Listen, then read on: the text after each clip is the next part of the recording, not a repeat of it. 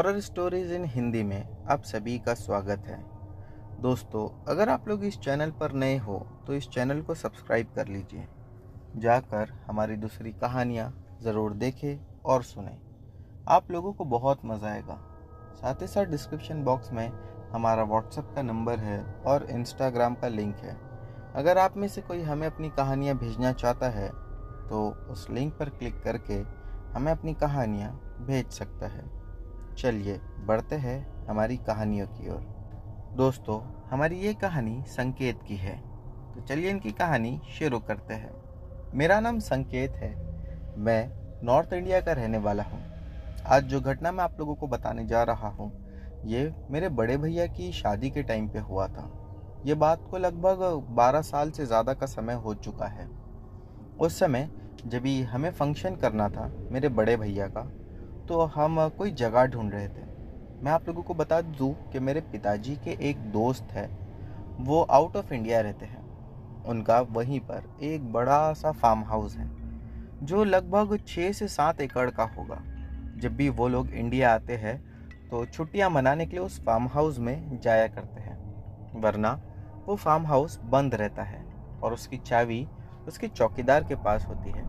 उस farm house में कोई नहीं होता। तो मेरे पापा ने सोचा कि क्यों ना अपनी दोस्त से बात करके उसी फार्म हाउस में उस फंक्शन को रखा जाए। मेरे पापा ने अपने फ्रेंड से बात की। उनके फ्रेंड ने कहा कि हाँ ठीक है, आप लोग वहाँ पर फंक्शन भी करो, और अगर आप लोगों को रुकना है, जो गेस्ट आते हैं उन्हें रुकाना है, तो आप लोग वहाँ पर आराम से गेस्ट को भी रुका सकते हो। पापा को भी ये आइडिया काफ़ी ज़्यादा पसंद आया। पापा ने कहा कि बात तो बहुत सही है। फिर पापा हम लोगों से कहने लगे कि एक काम करते हैं, पहले तो उस फार्म हाउस की सफाई करवा लेते हैं। मैंने भी कहा कि हाँ बिल्कुल सही बात है। हम जितने भी घर के लोग थे वो सभी लोग उस फार्म हाउस में चले गए और जाकर सफाई करवाने लगे। सफाई तो उस फार्म हाउस की 2 ही दिन में हो गई। सुबह में 6 बजे के आसपास मैं कुछ लोगों को अपने साथ ले जाता था और शाम में 5 बजे तक के वो लोग सफाई करते थे और 2 दिन के अंदर ही सारी सफाई कंप्लीट हो गई थी। मैंने मेरे पापा को आकर बताया कि पापा सफाई तो सब हो चुकी है, अब जो भी मेहमान वहाँ पर जाकर रहना चाहे वो रह सकता है। तभी हमारे घर पर हमारी मासी की फैमिली आई हुई थी। पापा ने उन लोगों से कहा कि अगर तुमको वहाँ पर जाकर रहना है तो आप लोग रह सकते हो। वो लोग बहुत ज़्यादा खुश हुए कि हमें फार्म हाउस पे जाकर रहने मिलेगा, और वो, उनके हस्बैंड और उन लोगों के 2 बच्चे, चारों ही लोग वहाँ पर जाकर रहने लगे। जिस दिन वो लोग गए थे पूरा दिन तो बहुत अच्छे से बीता। अगले दिन मॉर्निंग में जब मैं वहाँ पर किसी काम से गया था तो वो मुझसे कहने लगी कि तेरी मम्मी कहाँ है। मैंने बताया कि मम्मी घर पे है। मेरी मासी मुझसे कहने लगी कि हम लोग भी तेरे साथ तेरे ही घर पर चल रहे हैं। मैंने मासी से पूछा भी कि क्यों, आप लोगों को यहाँ अच्छा नहीं लग रहा है क्या? वो कहने लगी कि नहीं, हम यहाँ अकेले हैं इसीलिए। शायद जो मासी के बच्चे थे वो कुछ कहना चाहते थे, लेकिन मासी ने उन लोगों को इशारा करके चुप करवा दिया। मैंने भी इसके बाद उन लोगों से कुछ नहीं कहा और मेरी मासी को और उन सभी लोगों को लेकर अपने घर आ गया। मेरी मम्मी भी उन लोगों को देखकर काफ़ी ज़्यादा परेशान थी कि ये लोग कल गए और आज ही आ गए। मम्मी ने भी पूछा तो मासी ने वही बात कही कि हम लोग वहाँ अकेले बोर हो रहे थे इसीलिए यहाँ आ गए। हो सकता है कि मासी कुछ छुपा रही थी। वो नहीं चाहती थी कि फैमिली फंक्शन में कुछ भी खराबी हो, इसीलिए वो चुपचाप आकर रहने लगी। दोस्तों, यही नहीं, मासी जिस दिन फंक्शन था वो दिन भी फार्म पर शाम में सबसे लेट आई और सबसे जल्दी वहां से निकलने को देख रही थी। लग तो रहा था कि कुछ तो बात है। अब मैं घटना पर आता हूँ। जब दोस्तों वहाँ का फंक्शन कंप्लीट हुआ और सभी लोग अपने अपने घर पर चले गए, तब मासी ने बताया कि उनके साथ क्या हुआ था। जब वो रात में सो रही थी तब ऐसा लग रहा था जैसा कि कोई उनके ऊपर चढ़कर बैठ गया है। ऐसा सिर्फ मासी के साथ नहीं, बल्कि मासी के हस्बैंड के साथ और उनके दोनों बच्चों के साथ यही बात हुई थी। उनका एक बच्चा तो मासी बताती है कि वो मौत के करीब हो चुका था, क्योंकि ना ही तो वो सांस ले पा रहा था और ना ही हिल पा रहा था। बस वो चीख चीख कर एक ही बात कर रहा था कि मम्मी मुझे बचा लो, इस आदमी को हटा लो मेरे ऊपर से जो बैठा हुआ है।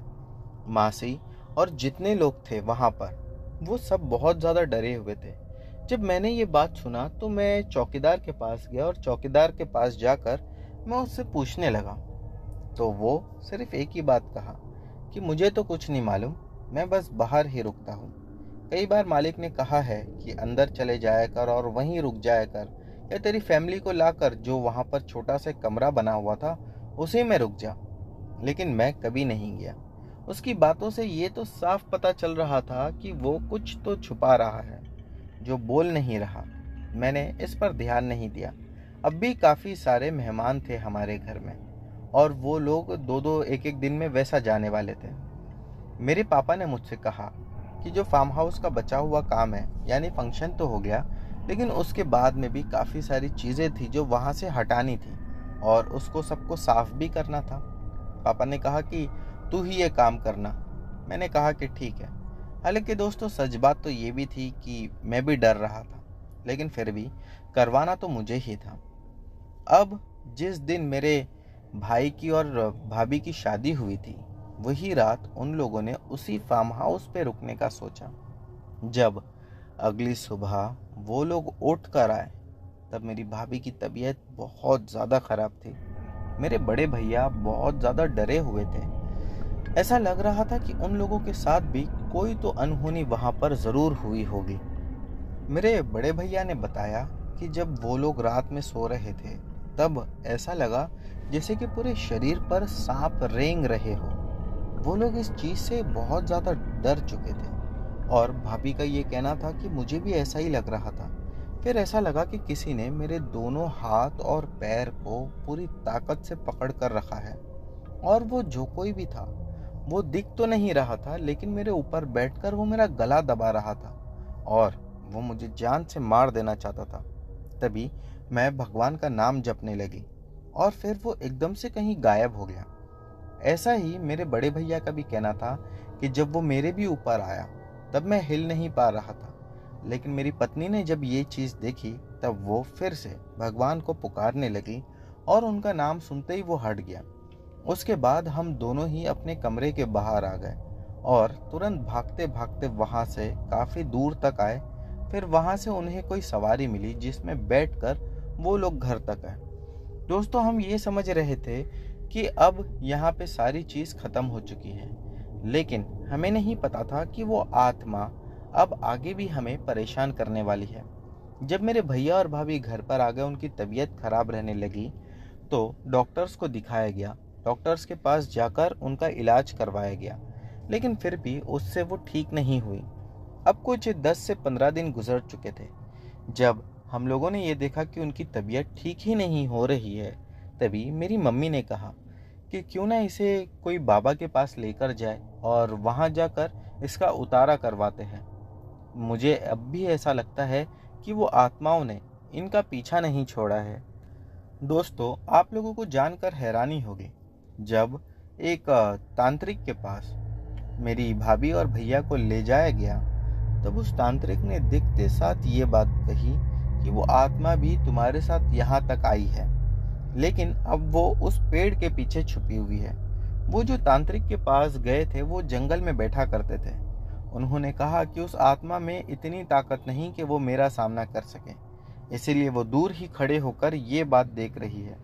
सभी लोग बहुत ज़्यादा घबराए हुए थे और डरे हुए थे कि अब क्या होगा। फिर उन्होंने बड़ी सी आग लगाई और कुछ क्रियाएं की, जिसके बाद मेरी भाभी का शरीर एकदम से हल्का पड़ गया और भाभी कहने लगी कि अभी तक मुझे अंदर जो घुटन हो रही थी वो अब महसूस नहीं हो रही और मुझे बहुत शरीर भी अपना हल्का सा महसूस हो रहा है। ऐसा लग रहा है कि मेरे ऊपर से काफ़ी ज़्यादा वज़न को हटा दिया गया। मेरे भैया जो अब भी वहाँ पर थे वो भी यही बात कहने लगे कि मुझे तो अब भी ऐसा लगता था कि शरीर पर या सांप रेंग रहे हैं या फिर कीड़े मकोड़े चल रहे हैं, लेकिन अब वैसा बिल्कुल नहीं लग रहा। तांत्रिक जी ने फिर दोनों को ही एक धागा दिया और कहा कि इसे अपने हाथ पर बांधे रखना, क्या पता वो आत्मा फिर से आए। तभी मैंने उनसे कहा कि आपने उस आत्मा को नष्ट नहीं किया क्या? तांत्रिक जी ने कहा कि वो आत्मा को नष्ट नहीं किया जा सकता। अगर उसे नष्ट करना है तो उसे किसी के शरीर में जाना होगा और जब मैं उस व्यक्ति को पकड़ूंगा तभी ही उस आत्मा को बाहर निकालकर नष्ट करूंगा। लेकिन ये आत्मा ने दूर से ही देख लिया था कि तुम लोग मेरे पास आ रहे हो, इसीलिए ये वहीं खड़ी हो गई थी। दोस्तों, उसके बाद कभी भी मेरे भैया और भाभी को ऐसी कोई दिक्कत नहीं हुई। तो दोस्तों, ये थी संकेत की कहानी। बढ़ते हैं हमारी अगली कहानी की ओर। दोस्तों, हमारी अगली कहानी इंद्रजीत की है। चलिए इनकी कहानी शुरू करते हैं। मेरा नाम इंद्रजीत है। मैं एक शहर में रहता हूँ, लेकिन जो घटना मैं आप लोगों को बताने जा रहा हूँ वो हमारे गांव की घटना है। उस घटना के बारे में कई सारे लोग जानते हैं और कईयों का ऐसा कहना है कि ये सिर्फ एक अफवाह है। ऐसा सच में कभी कुछ नहीं हुआ। दोस्तों, मैं नहीं जानता कि इस बात में कितनी सच्चाई है, लेकिन हाँ, आप लोगों से एक बात ये ज़रूर कहना चाहूँगा कि वो घटना जब हमारे साथ घटी थी तब हमें समझ में आया कि जो लोग कहते हैं वो बिल्कुल सच है। हमारे गांव से कुछ 45 से 50 किलोमीटर दूर एक जंगल पड़ता है। जब मेन रोड से अगर किसी को गांव जाना होता है तो उस जंगल से लोग अक्सर शॉर्टकट ले लिया करते हैं, जिसके बाद 14 से 15 किलोमीटर का रास्ता बच जाता है। वरना अगर वो सभी लोग मेन हाईवे से ही जाएंगे तो उन्हें 15 किलोमीटर का रास्ता एक्स्ट्रा पार करना होता है।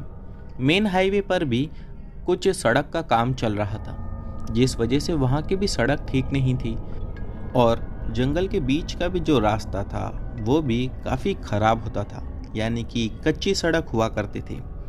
हम एक बार अपने गांव जा रहे थे और वो शायद पहली बार था कि हम लोग रोड से अपने गांव जा रहे थे, वरना उससे पहले जब भी हम गांव जाया करते थे तो हम ट्रेन से ही जाते थे।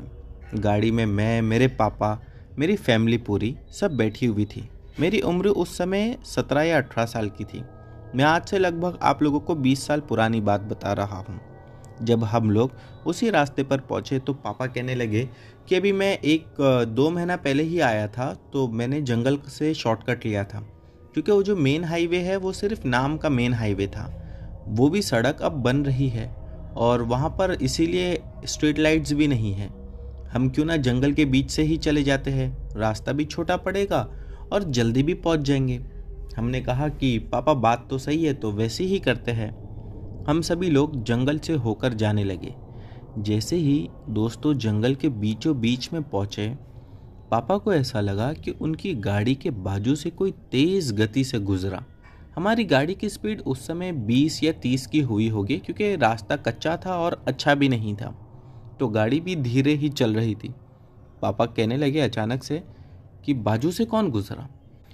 शाम का या फिर रात का समय था, 8 या 9 बज रहे होंगे।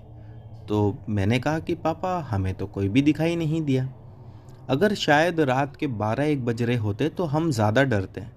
तभी ही जो मेरा छोटा भाई था वो कहने लगा कि यहाँ पर तो लोग अक्सर कहते हैं कि इस जंगल में डायनों का वास है, चुड़ैल है, भूत है, कई लोगों ने तो देखा है ना पापा।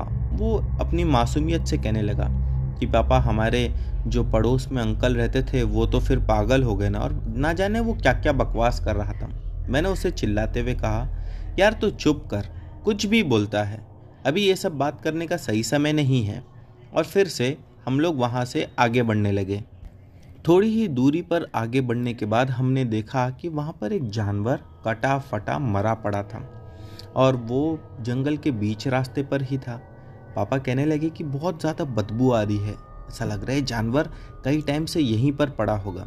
मैंने कहा नहीं पापा, ये जानवर मरकर यहाँ पर कैसे पड़ा रह सकता है, क्योंकि जंगल से बीच में से गुजरने वाला रास्ता यही है। तो क्या कोई भी गाड़ी आई नहीं थी कि इस जानवर को हटाया नहीं किसी ने? मैं पापा से अपने ही अंदाज में बात कर रहा था तो मेरे भाई ने कहा कि हो सकता है जानवर पहले इस रोड पे ना हो, कोई जंगली जानवर इसे खाने के लिए खींच रहा हो और मेन रोड पर ही छोड़कर चला गया हो। मैंने कहा ठीक है। फिर हम वहाँ पर रास्ता ढूंढने लगे। रास्ता वैसे तो जो जंगल के बीच से होता हुआ जा रहा था वो पतला ही था। मैंने कहा कि पापा, यहाँ साइड से दाईं ओर से आप गाड़ी को उतार के आगे से फिर से चढ़ा लीजिए। पापा ने कहा कि ठीक है, ये भी अच्छा आइडिया है। और फिर हम लोग गाड़ी में बैठे और पापा ने गाड़ी को साइड से उतार कर चढ़ा लिया। हम अभी कुछ दूर फिर आगे बढ़े थे कि दोबारा हमने एक मरा जानवर देखा जो कि आगे रास्ते पर ही पड़ा हुआ था। दोस्तों दोनों ही जानवरों की एक बात कॉमन ये थी कि दोनों ही काले रंग के थे और उनमें से बहुत गंध आ रही थी, जिससे बिल्कुल ये समझ में आ रहा था कि इन्हें मरे हुए कई दिन हो चुके हैं। वैसे कहते हैं ना कि औरतें कमज़ोर होती हैं। मेरी मम्मी ने जब दूसरी बार ये देखा तो मम्मी कहने लगी कि अब बस, मेरा दिल यहाँ से आगे जाने के लिए मना कर रहा है। 2 बार ये चीज़ है, ये किसी होने वाली अनहोनी का संकेत है, यहाँ से हम फिर से पीछे मुड़ जाते। पापा ने मम्मी को समझाया कि नहीं, ये कोइंसिडेंस है, ऐसा कुछ नहीं है, तो घबराओ मत। इस बार भी हमने गाड़ी को सड़क से नीचे उतार के फिर ऊपर चढ़ा लिया था आगे से। अब हमने देखा कि दूर सामने कोई बैठा हुआ है, जो कि गाड़ी की ओर पीठ कर कर बैठा था और आगे पीछे हिल रहा था, जैसा कि लोग बैठकर हिलते हैं हल्का हल्का। यूं लग रहा था कि वो कुछ पढ़ाई कर रहा हो या कुछ पढ़ रहा हो। उसने एक बड़ी सी कंबल ओढ़ कर रखी हुई थी। जब मम्मी पापा ने ये देखा तो पापा मुझसे कहने लगे, यार ये आदमी बीच सड़क पर बैठा है। पापा ने हॉर्न भी बजाया, लेकिन वो अपनी जगह से बिल्कुल नहीं हिला। पापा ने कहा कि मैं जाकर देखता हूँ। जैसे ही पापा उसके करीब गए, पता नहीं क्या हुआ कि हमने सिर्फ इतना देखा कि पापा वहीं पर खड़े खड़े गिर गए और गिरने के बाद पापा के सर पर चोट आई और फिर उनके सर से खून निकलने लगा। हम ये देखकर तो बहुत ज़्यादा डर गए थे। तभी हम सब गाड़ी से बाहर निकले और जैसे ही उस आदमी के पास पहुँचे, दोस्तों आदमी तो वैसे ही पीठ करके बैठा हुआ था, लेकिन उसने पूरी 180 डिग्री जितना अपनी मुंडी घुमाई और हमें देखने लगा। उसकी आंखें लाल अंगार जैसी थी। उसके चेहरे पर बड़े बड़े बाल थे। उसकी जो भवें थी वो काफ़ी ज़्यादा लंबी थी, मानो कि आंखों के सामने आ रही थी, और वो हमें देख रहा था अपनी भवें हटाकर। ये देखकर हमारे पैरों के नीचे से ज़मीन खिसक गई। अब हम ये सोचने लगे कि यहाँ से कैसे निकलेंगे। तभी ही पापा को हम लोगों ने जैसा तैसा उठाकर गाड़ी में डाला। मुझे थोड़ी बहुत ड्राइविंग आती थी और मैं तब तक सीख चुका था। मैंने जल्दी जल्दी सभी लोगों को गाड़ी में बैठने को कहा। हम सभी लोग बैठे। मैंने गाड़ी को चालू किया और गाड़ी को चलाने लगा। मेरी मम्मी जो थी वो कहने लगी कि गाड़ी को इसके ऊपर से निकाल दे। मैंने कहा, मम्मी आप क्या कह रही हो, ये मर जाएगा। मम्मी कहने लगी, जो गांव के लोग कहते थे उनकी बातें गलत नहीं है और ना ही तो वो झूठ बोलते थे, ये सिर्फ एक भूत या किसी की आत्मा है। मैंने कहा कि ठीक है। मैंने गाड़ी चालू की और गाड़ी को तेज़ गति से भगा दिया। जैसे ही मैंने गाड़ी को भगाया, गाड़ी उसके पास जाकर एकदम से अपने आप रुक गई और मैंने फिर देखा कि वो आदमी जो अब तक बैठा हुआ था वो कहीं गायब हो गया। मैं गाड़ी को दोबारा से चालू किया। गाड़ी लेकिन अच्छे से चालू हो गई और अब हम गाड़ी को आगे बढ़ाने लगे। मम्मी ने पापा के सर पर वो कपड़ा वगैरह बांध दिया था, जिससे पापा के सर से ज़्यादा खून ना निकले। फिर मैं जल्दी जल्दी गाड़ी को आगे बढ़ाने लगा। दोस्तों कुछ ही दूरी को पार करने के बाद हमने फिर उस आदमी को वहीं पर बैठा हुआ देखा। जैसे ही मैंने उसे देखा, मेरे तो हाथ पैर कांपने लगे। मैंने मम्मी को पीछे मुड़कर देखा और कहा कि मम्मी देखो, वो आदमी फिर से सामने ही बैठा है। मम्मी ने कहा कि इस बार भी गाड़ी रुकाना नहीं। वो आदमी इस बार उठकर खड़ा हुआ और हमें ही घूरने लगा। उसका पूरा शरीर तो उस कंबल से ढका हुआ था, लेकिन अब भी चमकती हुई 2 आंखें बिल्कुल साफ दिखाई दे रही थी। फिर इसके बाद हमने देखा कि वो आदमी के पास जाकर गाड़ी एकदम से रुक गई। पता नहीं कैसे बंद पड़ गई। वो आदमी हमारी गाड़ी के पास आया और आकर चुपचाप खड़ा हो गया। फिर उसने कुछ इशारा किया जो हमें समझा नहीं। मैंने गाड़ी को कई बार चालू करने की कोशिश की, लेकिन गाड़ी चालू नहीं हुई। जब मैं गाड़ी से दोस्तों बाहर निकला तो उसने मेरा हाथ पकड़ा और ज़ोर से हवा में उठाकर मुझे फेंका, जिसके बाद मैं सड़क से नीचे की ओर जाकर गिरा और मुझे कई सारी जगह पर बहुत ज़्यादा चोट भी आई हुई थी। दोस्तों मैं अपने आप को संभालता या अपने परिवार की रक्षा करता, मुझे तो समझ नहीं आ रहा था। मेरे डैडी अब भी अंदर गाड़ी में लेटे हुए थे और उन्हें तो होश ही नहीं था। मैं फिर भी खुद को संभालते हुए उस सड़क पर आने लगा ऊपर चढ़कर। मैंने देखा कि वो आदमी अब वहाँ नहीं है। वो कहीं भी आसपास नहीं दिखाई दे रहा है। बस मेरी मम्मी रोते हुए चीख रही थी। वो एक तरफ पापा को संभाल रही थी और दूसरी ओर मुझे चीख चीख कर बुला रही थी। और जैसे ही मैं आया, मम्मी ने कहा कि गाड़ी में बैठ जा और दरवाजे को लॉक कर दे। मैंने भी वैसे ही किया। अब मैं भी रो रहा था और मुझे भी कई सारी जगह पर चोट आई हुई थी। मैं पीछे मुड़कर पापा को देख रहा था, मम्मी को, और मन में ये सोच रहा था कि 1 मिनट में क्या से क्या हो गया। अभी कुछ देर पहले ही हम सब कितने खुश थे, कितने ज़्यादा एक्साइटेड थे, लेकिन हमारे साथ ये सब क्या हो गया हमें समझ में ही नहीं आया। अचानक पीछे से मैंने देखा मेरे रेयर व्यू मिरर में कि कोई आ रहा है, और वो जो भी था वो बाइक पर था। उसके पास में एक त्रिशूल भी था। वो आदमी शायद पुजारी होंगे। वो हमारे गाड़ी के पास आकर रुक गया और गाड़ी को देखने लगा। मैंने कांच उतारा और उनसे सारी बातें कह दी। वो कहने लगे कि गाड़ी से उतरो। मैं गाड़ी से उतरा। उन्होंने उस त्रिशूल पे से एक धागा निकाला, मेरे हाथ पर बांधा। एक धागा गाड़ी की स्टीयरिंग पर बांध दिया। कहने लगे जाओ, अब तुम्हें कोई कुछ नहीं कर सकता। उनकी ये बात एकदम सही निकली। मैंने जैसे ही गाड़ी को चालू किया, गाड़ी चालू हो गई और हम लोग वहाँ से आगे निकल गए। हम गांव में आने के बाद ये सारी बात लोगों को बताया। कई सारे लोगों का ये कहना था कि वो एक अच्छा आदमी है जो उसी जंगल में घूमता है और लोगों की मदद करता है।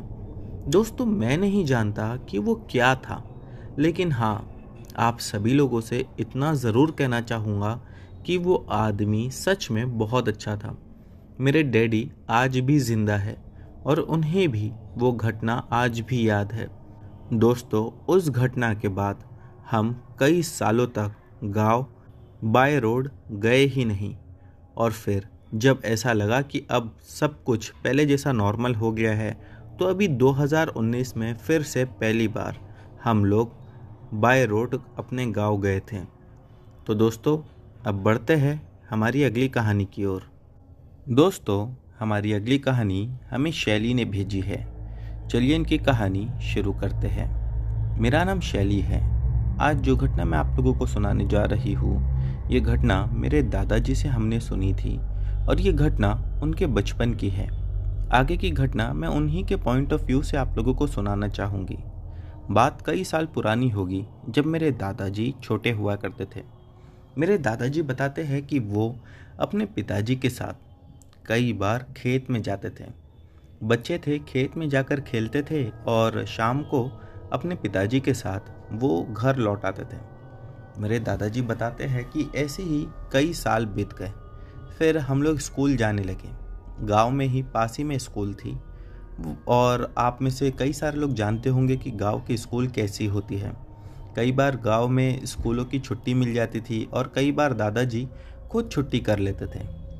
मेरे दादाजी बताते हैं कि एक शाम की बात है कि मेरे दादाजी उनके पिताजी के साथ खेत गए हुए थे। जब दादाजी वहाँ पर गए तो उनके पिताजी उन्हें चिल्ला रहे थे कि तू स्कूल क्यों नहीं जाता है और स्कूल की छुट्टी क्यों कर लेता है। इसी वजह से दादाजी को बहुत ज़्यादा गुस्सा आया और दादाजी खेत छोड़कर दूसरी जगह चले गए। दादाजी बताते हैं कि तब मेरी उम्र 13 या 14 साल की हुई होगी। मैं गुस्से से वहाँ से निकल गया और दूर जाकर एक दूसरी खेत में बैठ गया। कुछ ही समय में सूरज ढल गया था। अब अंधेरा धीरे धीरे बढ़ने लगा था। अगले ही कुछ देर में जब मुझे ऐसा लगा कि अब मुझे घर जाना चाहिए, तो मैं वहाँ से उठा और मेरा गुस्सा भी ठंडा हो चुका था। मैं आगे बढ़ने लगा घर की ओर। वहाँ से मेरा घर 1 या 2 किलोमीटर की ही दूरी पर होगा। जब मैं घर की ओर जा रहा था, तब मैंने देखा कि जो मेरी स्कूल थी, उस स्कूल में बाहर एक आदमी दिखाई दिया जो स्कूल के अंदर जा रहा था और थोड़ी ही देर में लौटकर बाहर आ रहा था। मुझे समझा नहीं कि इतनी रात में स्कूल के अंदर जाता है फिर बाहर आ जाता है। चलो जाकर इससे पूछता हूँ कि ये आदमी है कौन। मैं तुरंत ही वहाँ पर गया और जाकर उससे पूछने लगा, आप कौन हो, अंदर जा रहे हो बाहर आ रहे हो। वो आदमी मुझे देखने लगा और देखकर ऐसा इग्नोर किया जैसा मानो कोई उसके सामने खड़ा ही ना हो। फिर कुछ देर के बाद वो आदमी दोबारा से जब अंदर गया तो मैं भी उसके पीछे पीछे चले गया देखने के लिए कि यह आदमी कर क्या रहा है। वो स्कूल के मेन गेट के पास जाता और वहाँ से कुछ करता और फिर वापस लौट कर आता। ऐसा लगता कि अंदर स्कूल में कोई है जिसे वो कुछ देने जा रहा था। लेकिन इतनी रात में स्कूल में कौन होगा?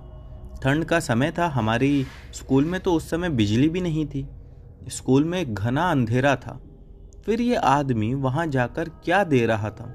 मैं उसके पीछे पीछे जाते हुए अगली बार गेट तक पहुँचा और ये देखने लगा कि अंदर कौन है।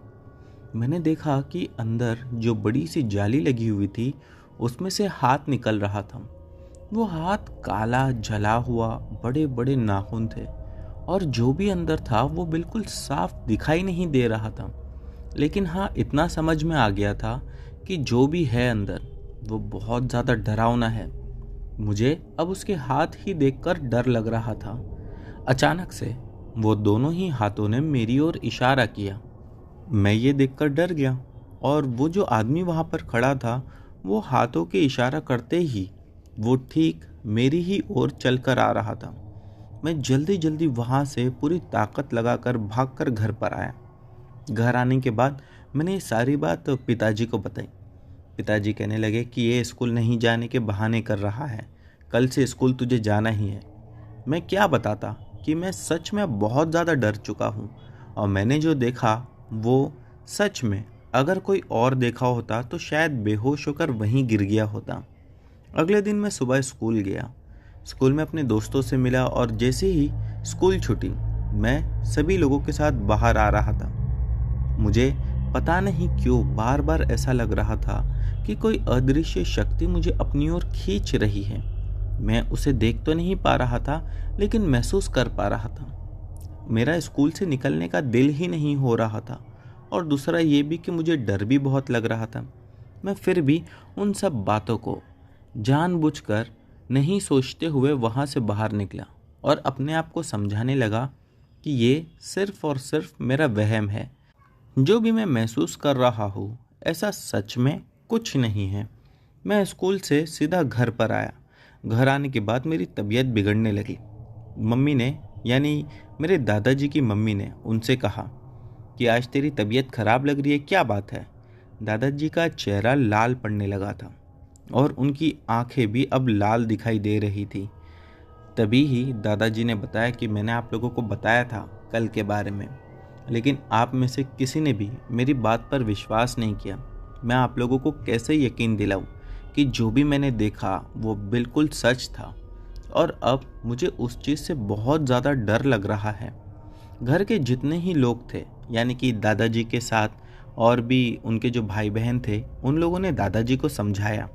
कहने लगे कि ऐसा कुछ नहीं होता है।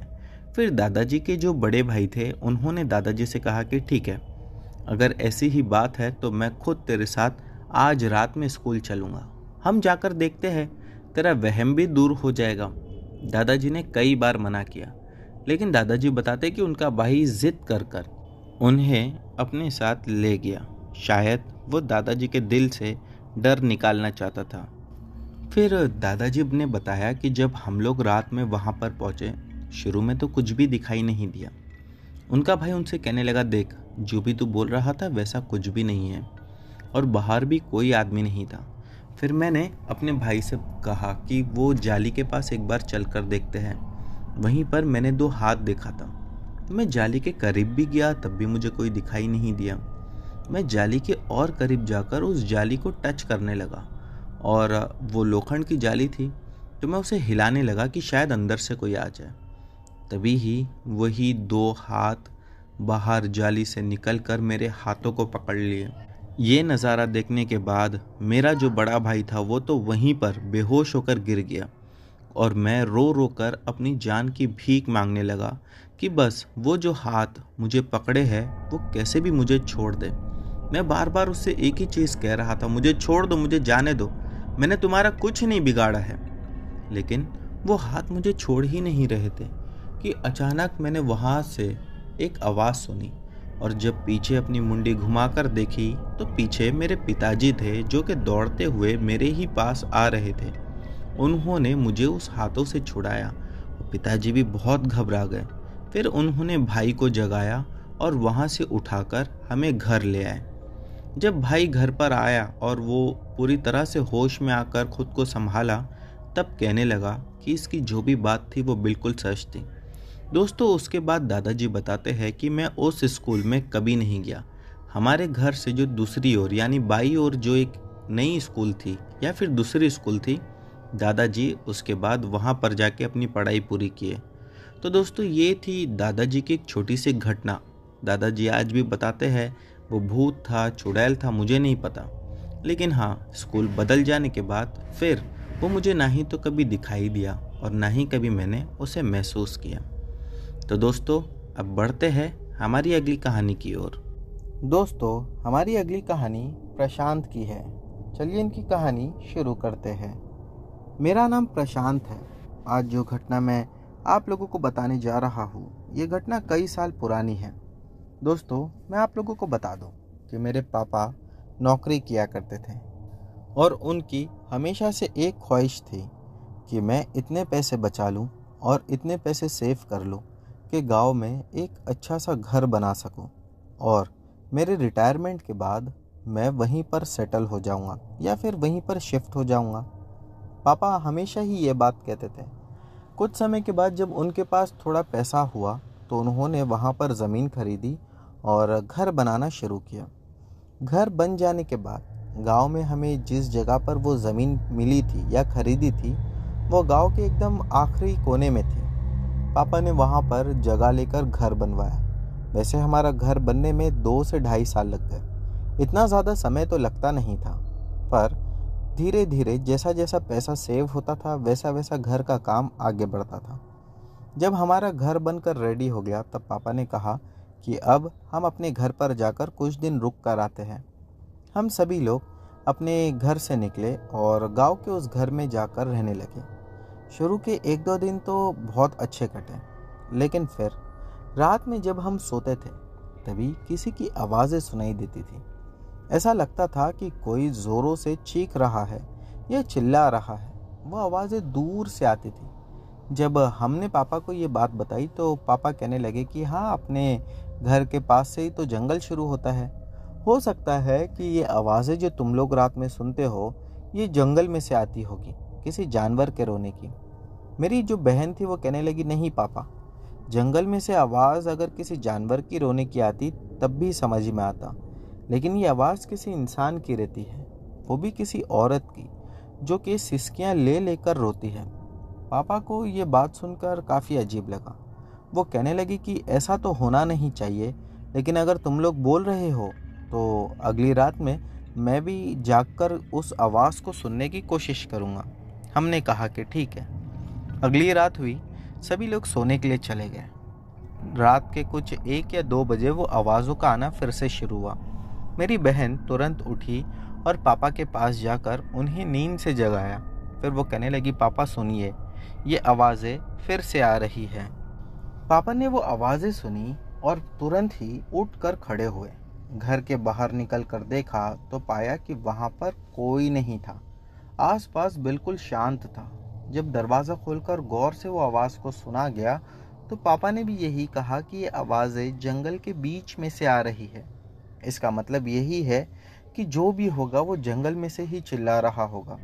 अगले दिन सुबह होते ही मैं, पापा और मेरी बहन, हम तीनों ही जंगल के अंदर गए ये देखने के लिए कि वो आवाज़ें कहाँ से आ रही हैं। तभी हमने वहाँ पर एक औरत की डेड बॉडी को देखा, जो कि ऐसा लग रहा था कि कई टाइम से वो वहीं पर पड़ी हुई थी और बुरी तरह से सड़ गल गई थी। उसमें से बहुत ज़्यादा गंध भी आ रही थी। पापा ने कहा कि ये जो गंध आ रही है ये इसी लाश में से है, हमें इस लाश का अंतिम संस्कार करना पड़ेगा। फिर वहाँ पर पापा ने पुजारी जी को बुलवाया और उनसे उस लाश का अंतिम संस्कार करवाया। दोस्तों, आप लोगों को जानकर हैरानी होगी कि उसका अंतिम संस्कार हो जाने के बाद वो आवाज़ें आना हमेशा के लिए बंद हो गई। हमने पापा से कहा कि पापा, वो अंतिम संस्कार होने के बाद उसकी आवाज़ों का आना बंद हो गया?